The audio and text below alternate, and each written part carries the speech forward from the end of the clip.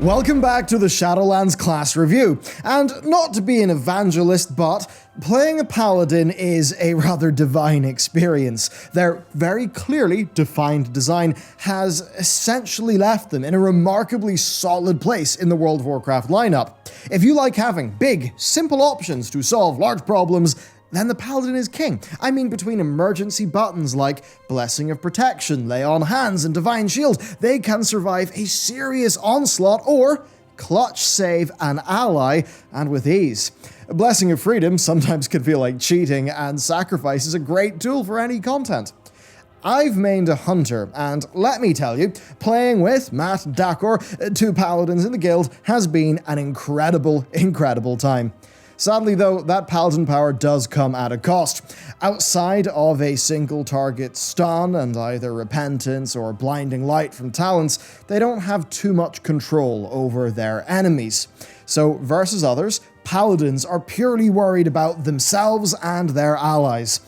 They're also frustratingly slow, relying on 3 seconds of 100% speed every 45 seconds. If you want to play a paladin, make it an engineer and put the Northrend Nitro boost on your belt. Trust me. The joy of playing a paladin, though, is well worth that move speed sacrifice. It is the final month of our Class Pin series on Patreon, and to cap the year off, we're going with Death Knight. Of course, there's also the art and the sticker as well. And of course, much more. There's the daily briefing, of course, where we bring you all the game news. And also, if you are a productivity person or you're perhaps interested in, managing an organization, which is something I've now stumbled into, then the behind-the-scenes stuff that I'm doing will be especially up your alley around now. Still though, a massive thank you to everyone. Your support has meant so much over this year, and it's setting up pretty awesome things in 2021. Okay, let's get into it. Retribution is a wonderful all-rounder with reliable DPS, multiple playstyles across damage profiles, and a whole ton of utility. And with only 3 of their regular abilities actually being melee attacks, they're the closest WoW really gets to a battle mage kind of vibe. It also helps that their abilities just look and feel awesome to use. So, what does playing one actually feel like? Well, it doesn't have the complex interactions of a Frost Mage's Winter's Chill or a huge amount of RNG like the Outlaw Rogue, but it still does have a dynamic pace that does feel good. Fundamentally, it operates on a simple enough priority system. You know what they're like, keep abilities on cooldown while not overcapping on holy power. The rolling charges of Crusader Strike, the next spender buff on Judgment, and the cooldown resets of Blade of Justice, though, do give each of their generator abilities their own flavor and gameplay, which does feel real nice. Weaving in, then, Hammer of Wrath into execution range, that just makes the end of the fight really be ratcheted up in terms of pace. And then, come on, we've got Avenging Wrath. It is one of the best examples of a cooldown in World of Warcraft. It looks great, it feels great to use, and it tweaks up your gameplay a little bit, allowing you, of course, to use Hammer of Wrath outside of execute range. I mean, come on, it's Paladin Wings. We all know it's legendary.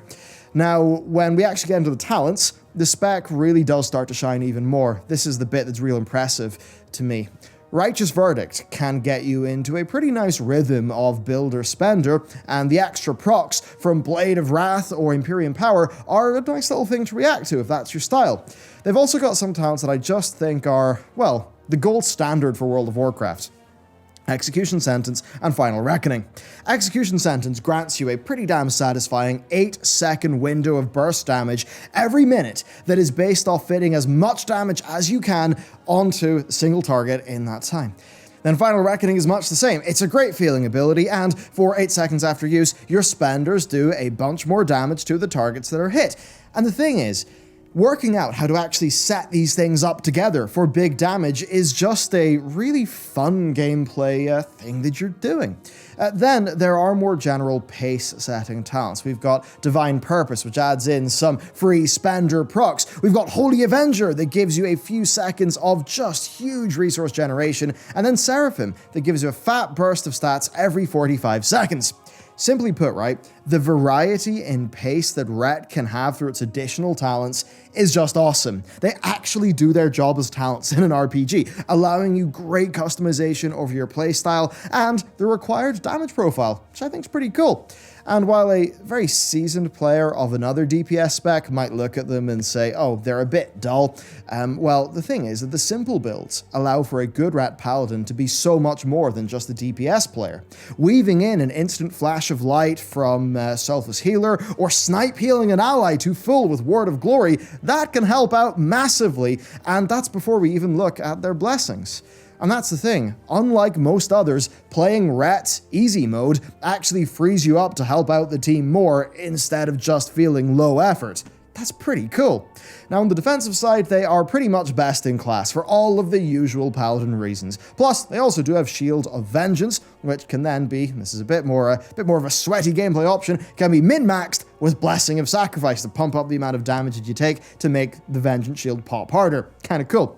Then their Legendaries are also pretty solid as well. The most solid all-arounder is Relentless Inquisitor, which stacks up to, basically stacks up to 5% haste when using finishers. The best performing one for the moment, though, for single target anyway, is Mad Paragon, which gives Hammer of Wrath more damage and allows it to extend Avenging Wrath, so Wings lasts longer. Pretty neat. Then for AoE, they've got the returning trait from Legion, Tempest of the Lightbringer. This adds a 20-yard projectile component to Divine Storm, which is really cool. Just, you know, Mr. Dakor Paladin in my M+ group, try not to pull the extra packs with it, but I can't really say too much. I do main a Hunter after all, and you know what we're known for.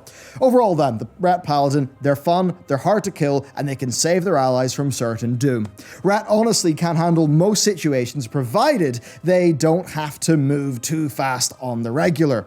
And that really means there's rarely an encounter or situation where they're not going to be that welcome.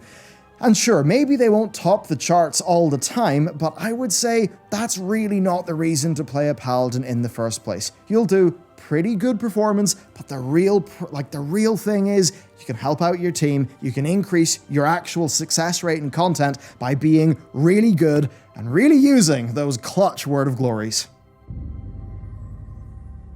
Tank, Healer, and DPS. A prop Paladin in Shadowlands can actually feel like all three at once. Their playstyle is now based around building holy power, using their regular damage rotation, and then spending it on either Shield of the Righteous, which just gives you extra armor, or Word of Glory for pretty substantial healing.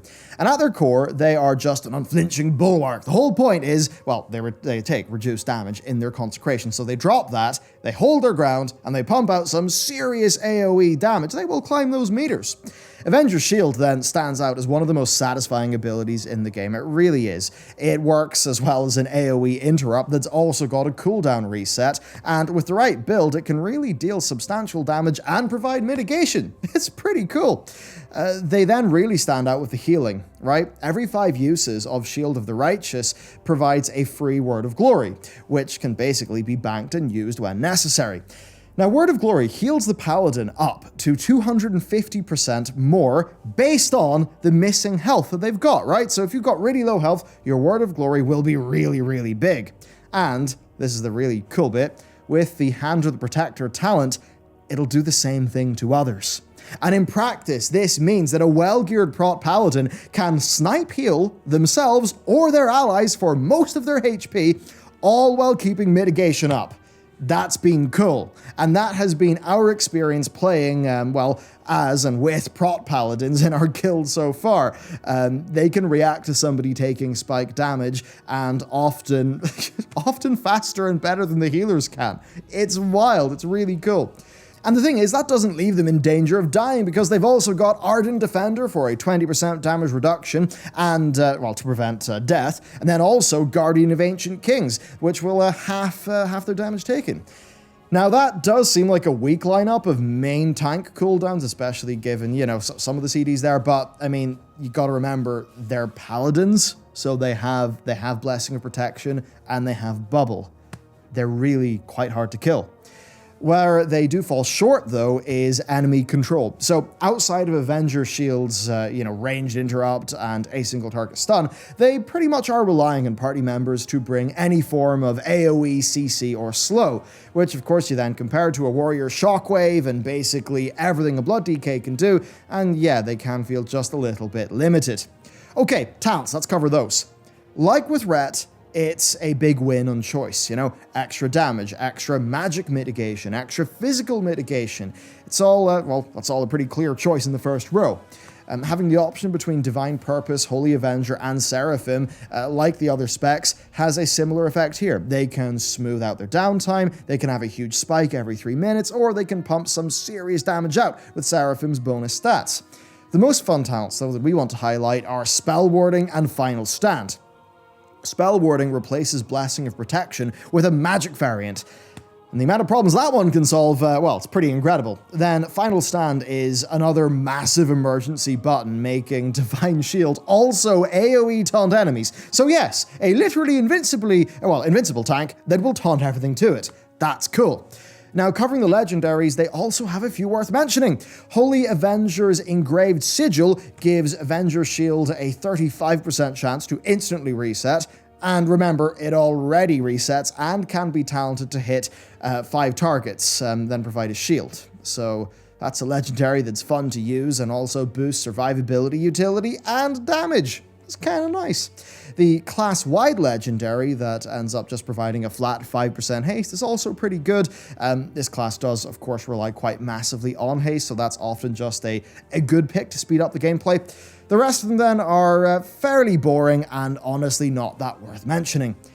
So all in all here, Prot is great. In the right hands, they can deal substantial damage and healing and also survive where others couldn't. Their weaknesses in enemy control and movement speed are very apparent though, but if you can work around those limitations, then yes, the Prot Paladins are incredible. Shockingly enough, Holy Paladin is still great. An absolute powerhouse in patch 8.3, they're actually one of the few classes that has came out of Battle for Azeroth, much better for the lessons that they learnt. They are a pretty unique healer because of their mastery and, holy power, but with a flow and positional reliance that can take a lot of getting used to. Personally, it's what I would always find jarring about them was like that mastery in the positionals.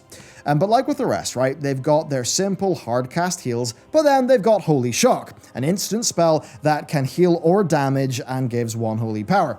Then there's Crusader Strike, which is the same melee attack, of course, that Rat has, and it still generates holy power. Now, that holy power can be spent on Word of Glory, an instant single target heal, or Light of Dawn, a 15-yard frontal cone. Now, their mastery is a Lightbringer, and this increases the effectiveness of heals the closer they are to their target. They then also generate holy power from healing their beacon target directly with a cast of Holy Light or Flash of Light. Now, what we really need to do is bring all of those things I just said together, and when you do that, Holy Paladins have a lot of thinking to do, because depending on the need, they can stand and hard cast heals on priority targets, or they can deal decent levels of damage and spot heal a dungeon or a raid with that extra holy power. Most of the time, though, they'll be standing in melee with the DPS, weaving Crusader Strikes in where they can. Now, to continue, we've got to go to the talents and the Legendaries, because this is really where Holy is dominated by 2 particular builds. And I actually think this is really cool, right? You can really have 2 different ways of playing this one. First, the unique and super fun one is the Glimmer build from BFA. And the cool thing is, that build that people so loved is still here in Shadowlands, because Glimmer has been made into a talent. Now, it's not quite as numerically strong, but it's just a great way to heal in any scenario. It's really fun, it's really cool. It's actually improved in Shadowlands as well, because the added holy power generation allows Word of Glory to be weaved in on top of all of your glimmering. It's even further bolstered by the legendary Shock Barrier, which leaves a refreshing shield for 30 seconds on the targets of Holy Shock. I think you can see how all those things just compound together to really just give you this super defined playstyle. So that's one way to play. The other one then is the direct opposite, where you can just focus on Holy Light. You can really tunnel in that. Basically, thanks to a certain build, hard-casting big, chunky holy lights on a stacked group of people can result in an absolute ton of healing. Now, to get this, you need 3 ingredients. First off, Infusion of Light, a passive that procs from crit holy shocks. It reduces the cost of your next flash of light, or it increases the healing of your next holy light. So that's ingredient 1. 2, their legendary Inflorescence of the Sunwell. That increases the potency of that passive by 20%. Then finally, there's a conduit, Resplendent Light, that causes holy light to splash some of its healing within 8 yards. And like with the Holy Shock build, I think you can see how these are effects that stack up with each other to result in some really, really big healing. So, there's like 2 big builds. Now, we should cover the other talents though, because they do just give you a nice sense of variation with lots of additional abilities and situational things that you can have.